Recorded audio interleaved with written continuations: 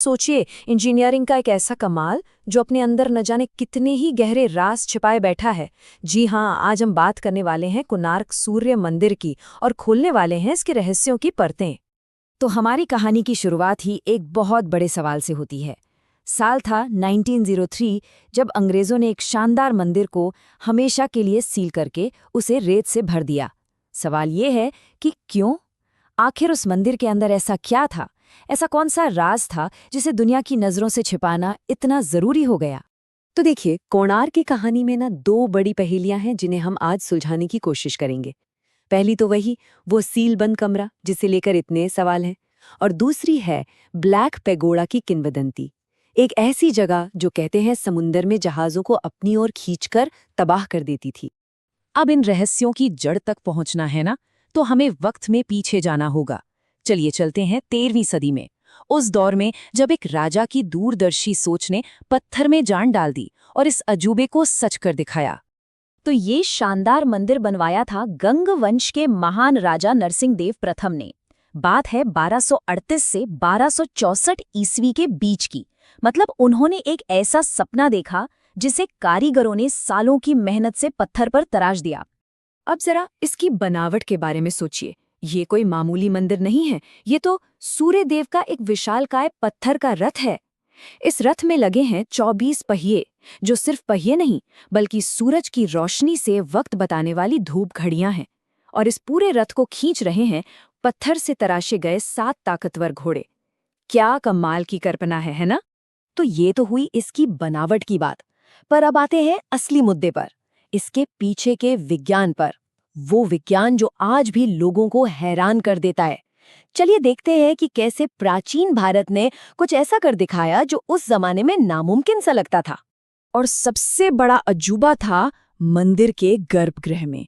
कहते हैं वहां 8 धातुओं से बनी यानी अष्टधातु की एक मूर्ति हवा में तैरती थी, बिना किसी सहारे के। जी नहीं, ये कोई जादू टोना नहीं था, ये था कमाल का विज्ञान।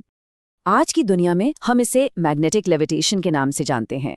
आपने वो हाई स्पीड ट्रेनें देखी है ना, जो पटरी से थोड़ा ऊपर हवा में चलती हैं? बिल्कुल वही टेक्नोलॉजी। मतलब चुंबक की ताकत का इस्तेमाल करके किसी भी चीज को गुरुत्वाकर्षण को मात देकर हवा में रोक देना। तो सवाल है, उन्होंने ये किया कैसे? देखिए, सिस्टम बहुत ही जीनियस था। 3 मेन पार्ट्स थे। सबसे ऊपर मंदिर के शिखर पर रखा गया था एक 52 टन का विशालकाय चुंबक।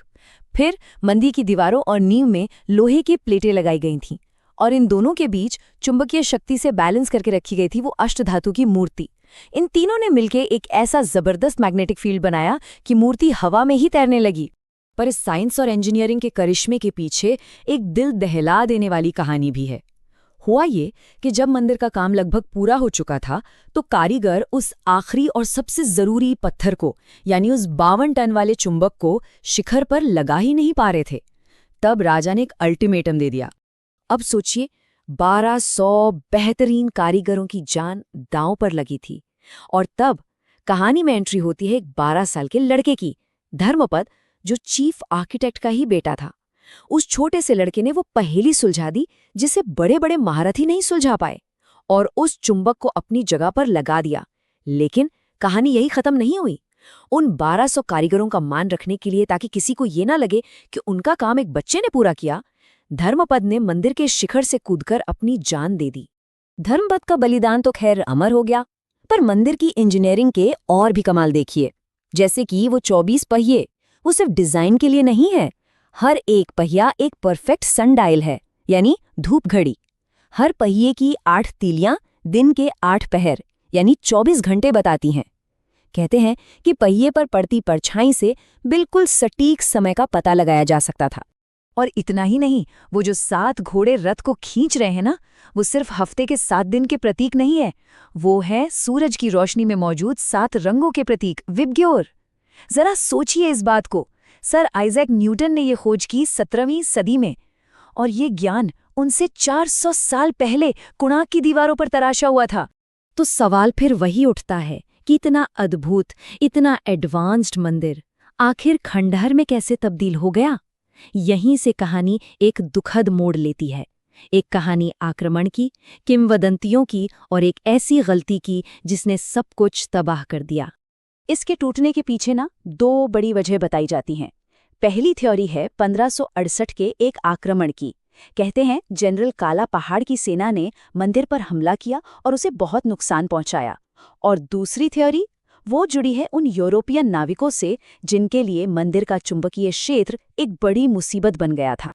और इसी वजह से इस मंदिर का नाम पड़ा द ब्लैक पैगोडा। असल में होता ये था कि शिखर पर लगा वो 52 टन का चुंबक इतना पावरफुल था कि जब भी कोई जहाज पास से गुजरता उसका कंपास काम करना बंद कर देता था। सोचकर देखिए, बीच समंदर में कंपास की सुई गोल गोल घूम रही है, जहाज रास्ता भटक गए हैं और फिर चट्टानों से टकराकर तबाह हो रहे हैं। तो अपने जहाज़ों को इन हादसों से बचाने के लिए कहते हैं कि पुर्तगाली नाविकों ने उस मेन चुंबक को ही निकाल दिया। शायद उन्हें इस बात का बिल्कुल अंदाजा नहीं था कि वो कितनी बड़ी गलती कर रहे हैं, क्योंकि वो चुंबक सिर्फ एक पत्थर नहीं था, वो पूरे मंदिर के स्ट्रक्चर का कीस्टोन था। उसके हटते ही पत्थरों का इंटरलॉकिंग सिस्टम बिगड़ गया और ये शानदार इमारत धीरे धीरे गिरने लगी। तो ये तो थी इसके टूटने की कहानी। अब घूमकर वापस आते हैं आज के दौर में और कहानी की शुरुआत में, उस सीलबंद दरवाजे पर, और जानते हैं कि आज क्या कोशिशें हो रही हैं इस दबे हुए अतीत के राज खोलने की। तो जरा टाइमलाइन को समझते हैं। 1903 में अंग्रेजों ने मुख्य हॉल को रेत से भरकर सील कर दिया।